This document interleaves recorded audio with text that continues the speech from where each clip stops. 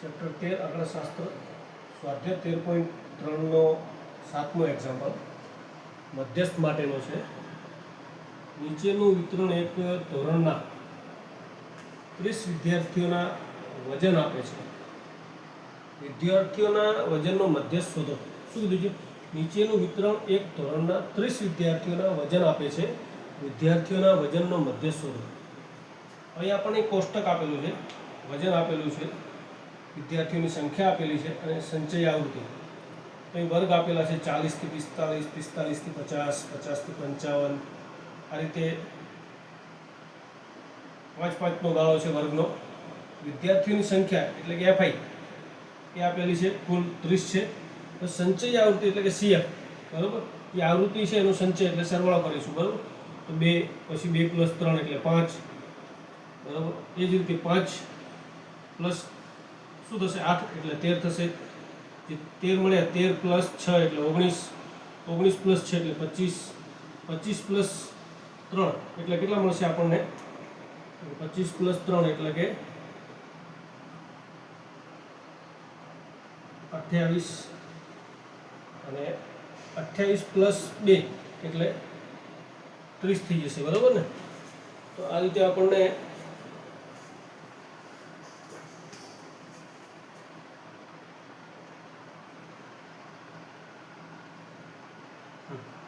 સંચય આવૃત્તિ મળી. હવે અહીં આપણને શું કીધું છે કે એક ધોરણના 30 વિદ્યાર્થી, બરાબર ને? તો n બરાબર કેટલા? 30 મળે આપણને. માટે આપણે મધ્યસ્થ શોધતા હોઈએ તો એ માટે પહેલાં આપણે n/2 શોધવું પડશે, બરાબર.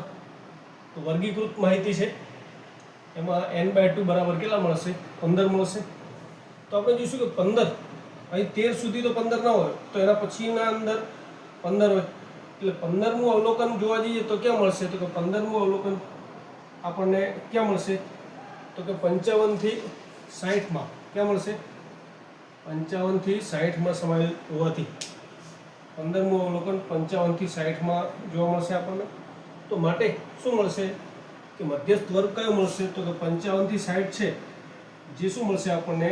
મધ્યસ્થ વર્ગ મળશે. કારણ કે 15મું અવલોકન કોના અંદર છે? તો આના અંદર છે. એની સામે જઈશું એટલે આપણે શું મળશે? જે વર્ગ મળશે એ 55 થી 60 છે. એની સામે આવીશું એટલે આપણને આવૃત્તિ મળશે. કેટલી મળશે?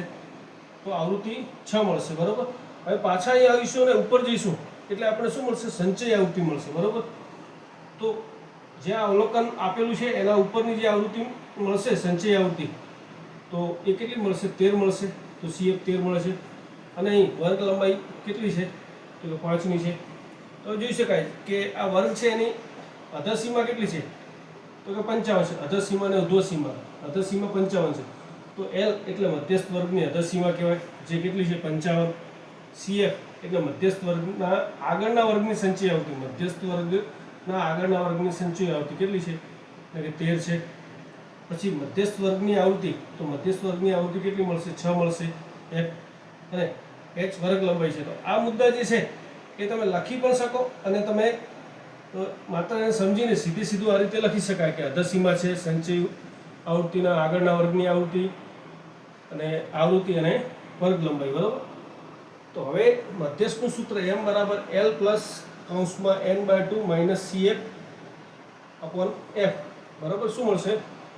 તો આખા n/2 - CF ભાગ્યા F. તો ગુણ્યા H. તો હવે કિંમત મૂકીશું. m બરાબર જે L છે, L એટલે આપણે જોયું હતું કેટલા મળ્યા હતા? 55. n/2 કેટલા મળ્યા હતા? 15. CF કેટલા મળ્યા? તો કે 13. અને F કેટલા? તો કે 6. 15 - 13 કરીશું એટલે આપણને કેટલા મળશે? 15 - 13 કરતા 15 - 13 કરીશું એટલે 2 મળશે. 2/6. 5 × 10 થશે. 10/6. 55 + 10/6. 10/6 એટલે 1.67. 55 + 1.67. અહીં આપણે નાની સામાન્ય ગણતરી કરીશું. 55 વત્તા કેટલા છે? તો કે 1.67. તો પોઈન્ટની પાછળ 2 0 મૂકી દઈશું. પોઈન્ટ, કારણ કે 1.67 છે. 7 ના 7, 6, 5 ને 1, 6, 5 ના 5 એટલે કેટલા મળશે આપણને? 56.67. તો 55 વત્તા 1.67 છે. આ કઈ રીતે કરીશું તો કે 55 પોઈન્ટ પાછળ બે સંખ્યા છે તો 55 પાછળ બે 0 મૂકીશું અને પછી આપણે સરવાળો કરીશું એટલે 55.67 મળશે. આમ વિદ્યાર્થીઓના વજનનો મધ્યસ્થ 56.67 કિલોગ્રામ મળે છે. દાખલો પૂછાય એવો દાખલો છે.